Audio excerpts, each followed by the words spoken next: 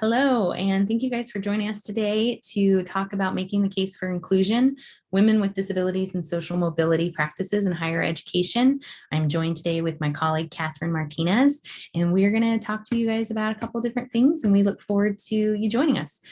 To get started today, we are going to introduce ourselves. I'm going to introduce myself, and then Catherine will introduce herself. I wear a lot of hats at the Center on Transition Innovations at VCU, but I'm really thankful to serve as a technology and employment coach, or TEC for short, with Project Achieve. I've been with Project Achieve since late 2019, and I've worked with several participants.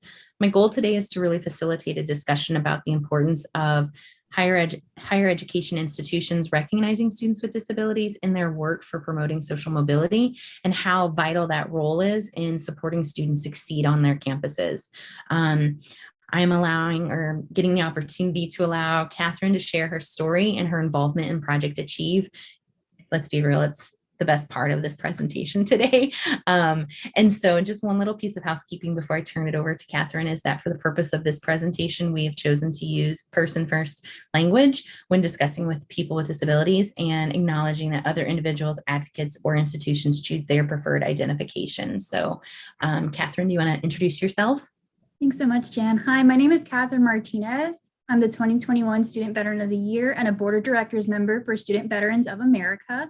I'm also an Old Dominion University alumni and a Project Achieve participant. I'm really glad I have the opportunity to share my story because I feel it's important to gain the student perspective, especially one who doesn't look like they have a disability. I have a traumatic brain injury, and thanks to Project Achieve, I've been able to better understand my condition and better understand how I could request accommodations to succeed in higher education and post-academic success.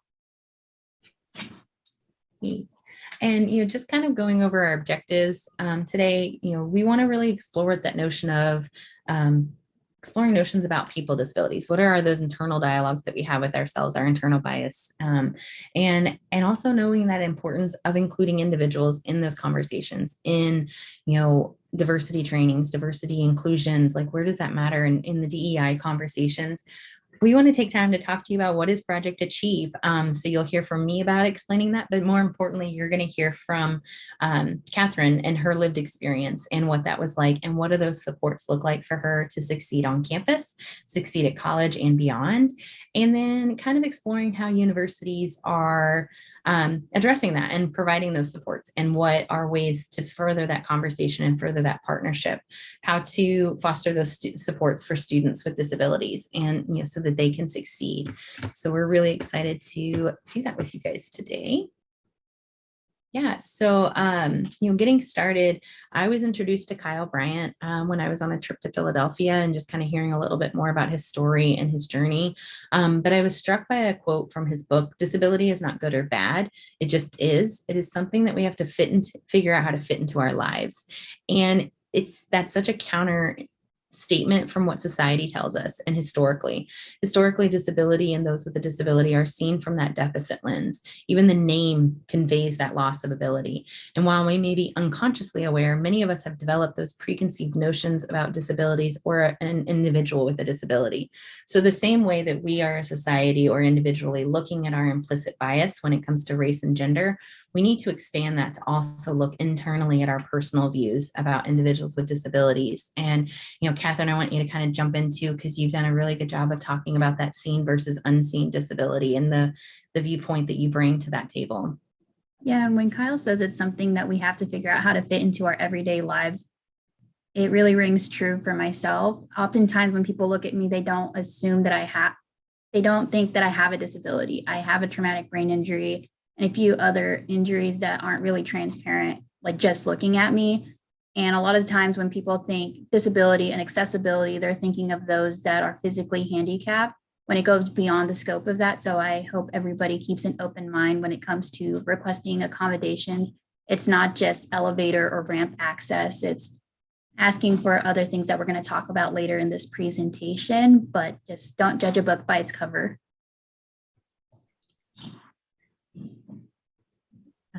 And, kind of finishing and continuing that conversation, we look at disabilities minimized in diversity, equity, and inclusion initiatives. It's not talked about, and it's example that kind of leads us into it, but personal pet peeve of mine is found in that representation in stock photos or marketing materials.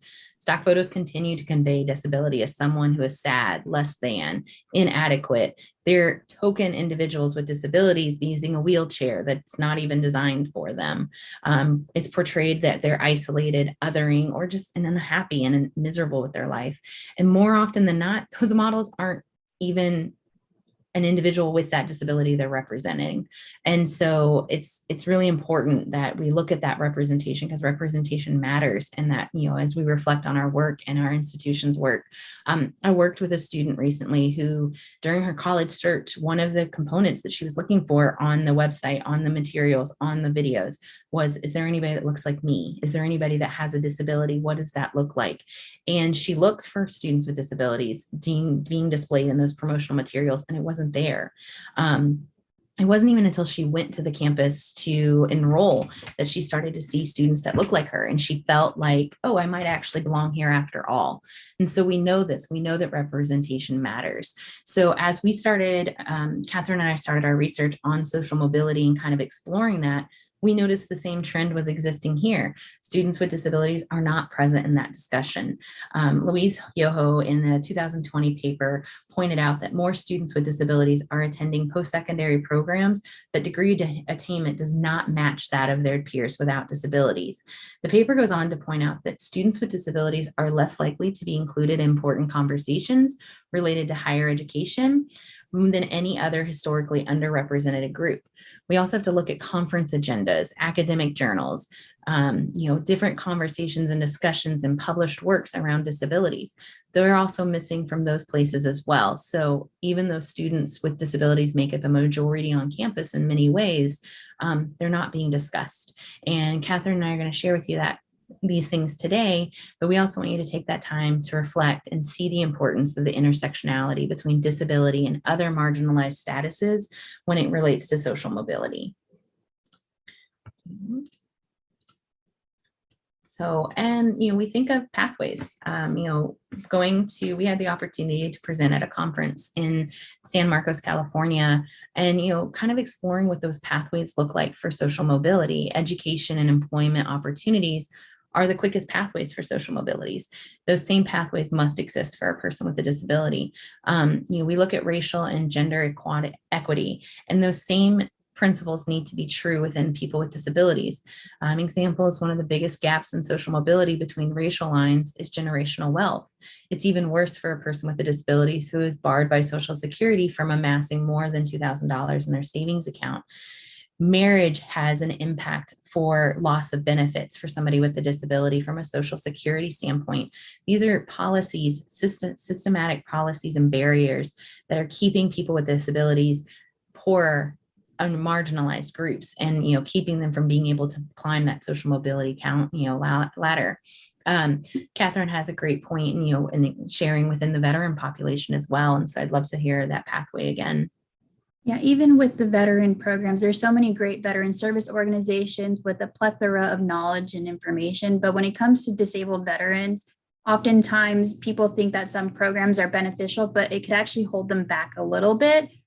When I was first getting out of the military and filing my disability claim, a person offered and recommended, since I had reached 90% disability, to consider the individual unemployability program with the Department of Veterans Affairs. And what that is if you feel you can't work, or you are struggling to hold down a job because of your service-connected disabilities, individual unemployability, if you're not at that 100%, it can match. And there's some more information on that on the VA website. But the problem with this program is that you can only make a certain amount, because you will get that 100% rate. But if you needed more, depending on your cost of living area, you couldn't really work to make over the poverty line amount. And because of where your locality is, that could prevent you from moving forward. Plus, it reinforces the idea that people with disabilities can't really get better. So that's just one of the issues that I've seen face. And even for a younger person by myself, I really wanted to achieve more. So to hear that right at the age of 25, it was very disheartening that that was offered as an immediate solution rather than looking at other options like seeking further care from the VA and ensuring that I had a disability claim that was filed to better assist me get the care that I need for these conditions. Yeah. Thanks for sharing, Catherine. It is crazy to see all those different areas that, where we see that those barriers and not setting you up for success, which leads us to how we got to meet. And so it was Project Achieve that brought Catherine and I together, and we're really excited to share her story. But to kind of set that up, you might want to know what a little bit is like, what is Project Achieve and what is the work that we've been doing for the last 3 years. In 2019, the Center on Transition Innovations was awarded a grant from the CNI, which is the Commonwealth Neurotrauma Initiative. And it was to provide supports to female veterans enrolled in Virginia higher education institutions with traumatic brain injuries or spinal cord injuries. We provided cognitive support technology, or CST, through iPads and individualized apps with peer mentoring aspects, individualized case management, and vocational rehabilitation. We also assisted with job placement or maintenance, depending on where a student was at in the program. In 2021, we expanded our efforts to include any female in college with a TBI or SEI. And so kind of to walk you through that timeline of what we've been doing over the last 3 years, the first phase of Project Achieve was conducting structured interviews. And that was during the summer of 2019. So 10 interviews were conducted with female veterans, and to kind of help guide the technology and employment coach, the techs like me, to better understand the areas of support that we would be providing. During the structured interviews, it was revealed that there were 5 themes that helped us so that we could provide better support. Those themes came out in terms of cultural differences, military identification, bureaucracy, female experiences, and disability influence. And those interviews really gave the tech and the Project Achieve team a better insight, so that when we would go in to work with the students, we had more understanding. And then that from there led to, in the winter of 2019, our first participant was enrolled with Project Achieve. And then in March of 2020, we had to pivot to a virtual tech support due to COVID. So just like the rest of the world, we pivoted. And a year later, in March 2021, we expanded the program to include the women attending college with a TBI or SEI that was not a veteran. We are preparing to close out the program, and we're really excited to say that we have served 17 participants. 15 participants completed. 2 had to withdraw from the program due to the impact of COVID-19 on their educational pathways. So we have 15 that are finishing up as we wrap up, and some have gone on to graduate already and start their world and careers. Some have moved from transitioning from community college to a 4-year university. Some have transitioned even further from a 4-year university into their master's program or into a doctoral program. So we've been there during each of those kind of transitions while they've been going through the program. So, but more importantly, how do we support? What does our support look like each month with a student? So when the world shifted and Zoom became our normal for day-to-day living, that also happened with Project Achieve. So the majority of Project Achieve we served in a virtual capacity. That actually helped us in a lot of ways, because it allowed us to have easier connection with students, and it allowed for more participation check-ins, so we wouldn't have to travel across the state.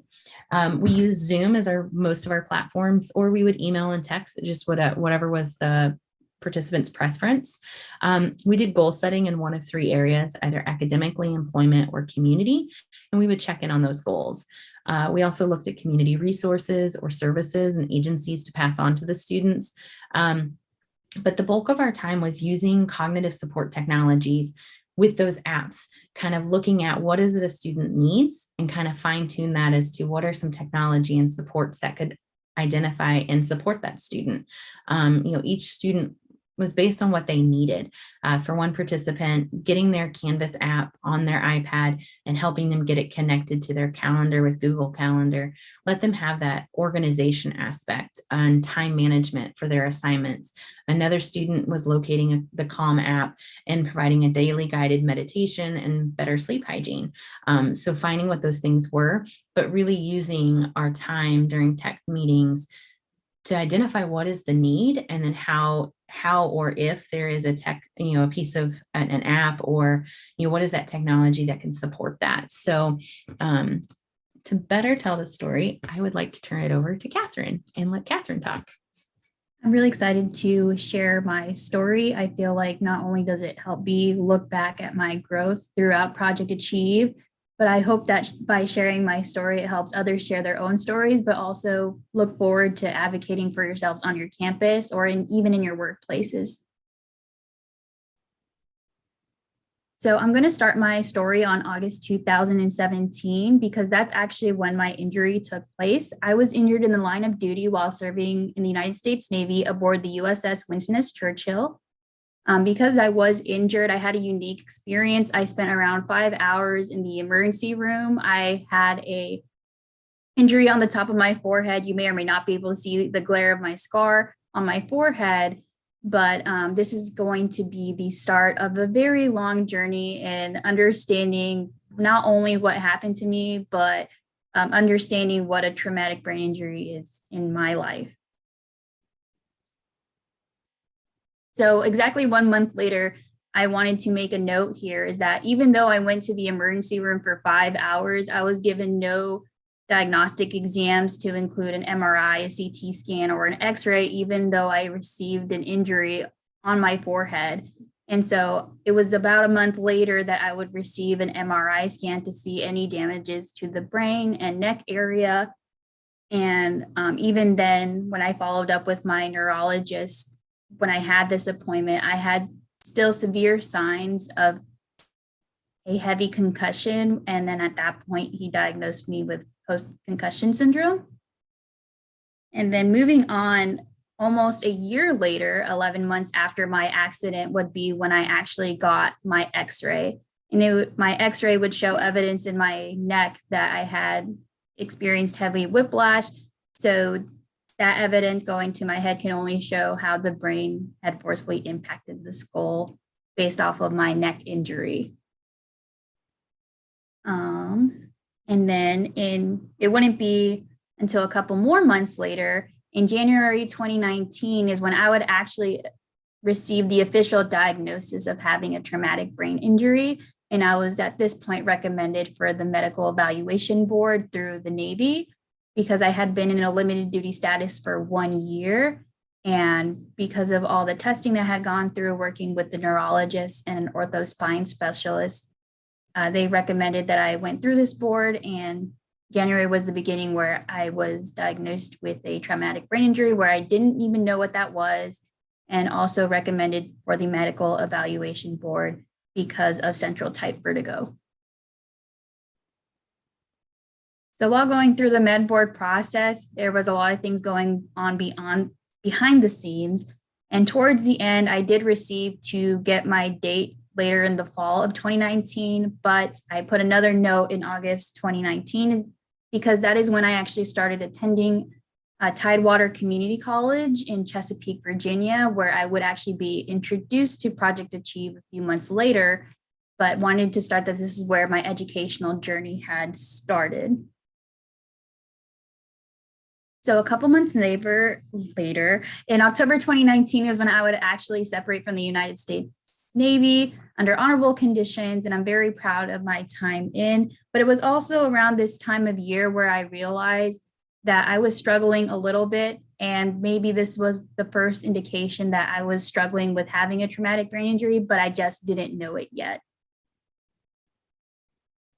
So January 2020 was when I was officially joined into the Project Achieve program, and it changed my life because one of my first sessions, I got to understand the definition of a traumatic brain injury and truly understand that some of the side effects that I was experiencing were side effects of the TBI, and I just didn't connect it. I thought I was just having a hard time in school.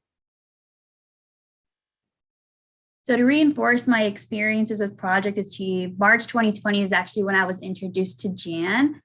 She was my biggest cheerleader, biggest supporter, would always ensure that if I needed something, she had it ready, or if there was something that I didn't understand or didn't even know what my needs were, she was sure to not only educate me on the available options out there, but made sure that I had a variety of options just in case if one didn't work, the other one did not. But I definitely recommend that once you find that support, you let them know how much you appreciate them, because now I always tell someone you need someone like Jan.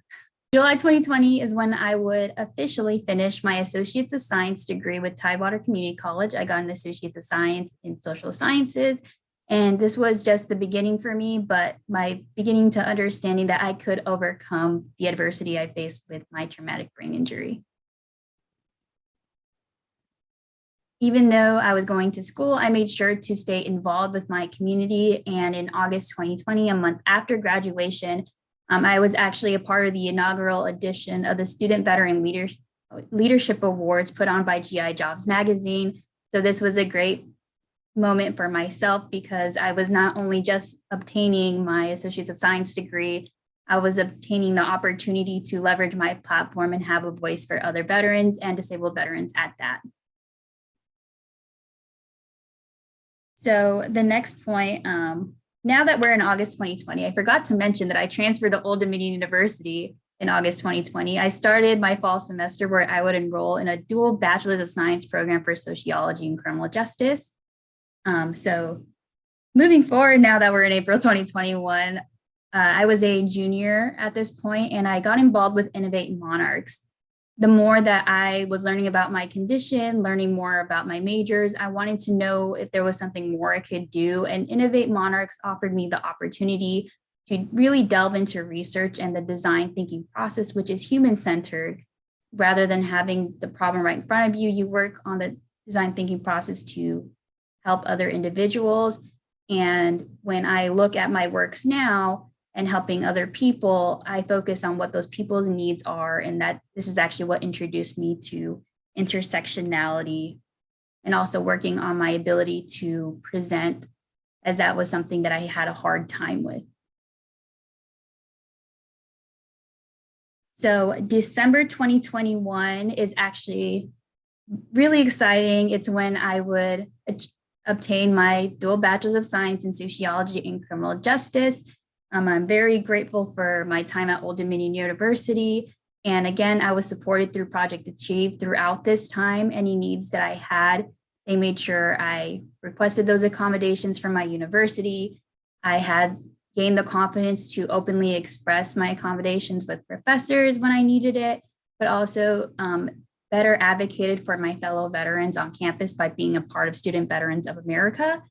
And this was a monumental moment for myself as a first-gen college student. So January 2022 is the next key point in my timeline. I actually obtained Student Veteran of the Year from Student Veterans of America. Student Veterans of America is a nonprofit organization that represents 754,000 student veterans across the country.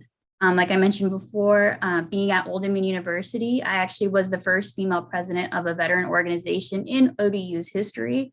So I got to make a lot of pathways. When we mention intersectionality, it's championing our own intersections and leveraging that in our works. And being a disabled veteran and recognizing my own needs and understanding what those needs are through Project Achieve, I was able to advocate for so many people. So this was very meaningful to myself after all the things that I have been through the past couple of years. So the next point is more recently in May 2022, when it comes to doing your works and volunteering, you kind of wonder like how someone ends up somewhere. For the longest time, if you've never had the opportunity to visit the Arlington National Cemetery, you may have heard of the Tomb of the Unknown Soldier. I've always wondered what it takes to be that person who lays a wreath at the Tomb of the Unknown Soldier. And May of 2022 was my opportunity on Memorial Day to lay the wreath with CEO and President Jared Lyon, as well as fellow Board of Directors member Nick Marak. And I felt like everything stood still. Time was frozen. It didn't feel real. All the times I had admired and looked up to all of the individuals who got to lay a wreath at the Tomb of the Unknown Soldier in history. It's not very often that you get to just lay a wreath there, but to have the opportunity and not only represent student veterans is just an amazing experience. And I can't begin to even put into words, and it's hard to put into words now, but this is just a culmination of all the works that have come together.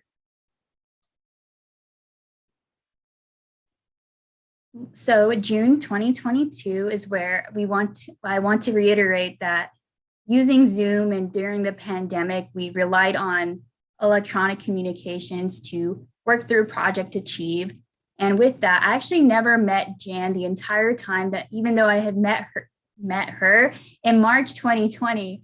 So June 2022 would actually be the first time that I ever met Jan, because we actually attended the social mobility conference at CSU San Marcos. And to finally meet the person who has been my biggest coach and supporter, and also educating me and encouraging me, and letting me know that my disability was not just a disability. It was something that was a part of my life that wasn't going to stop me. So I'm very appreciative that I finally got to meet the person who has changed my life. And that's my story. Making me sound really cool. I don't know if I live up to that. You're my hero, actually. I just have really enjoyed watching, Catherine, just watching that timeline happen in real life, and to see those achievements, to see hitting those goals. It's just, it really reinforced that Project Achieve had an impact on students. And, as we're wrapping up the program, we're still kind of going through the data and looking at it, but it was a theme through several of the students talking about that, like helping students identify what is that need and how we fit that need. What is that individual need for them? And so it's really amazing to watch, Project Achieve kind of come to that closure, and to see where the students are going next, and what they've achieved, to pardon the pun, but yeah.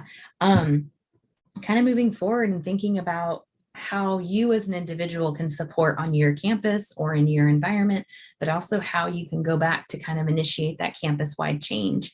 So in looking at individual supports, looking at, you individually, understanding and having, figure out what is assistive technology, learn what it is and how it's beneficial and how it can be used.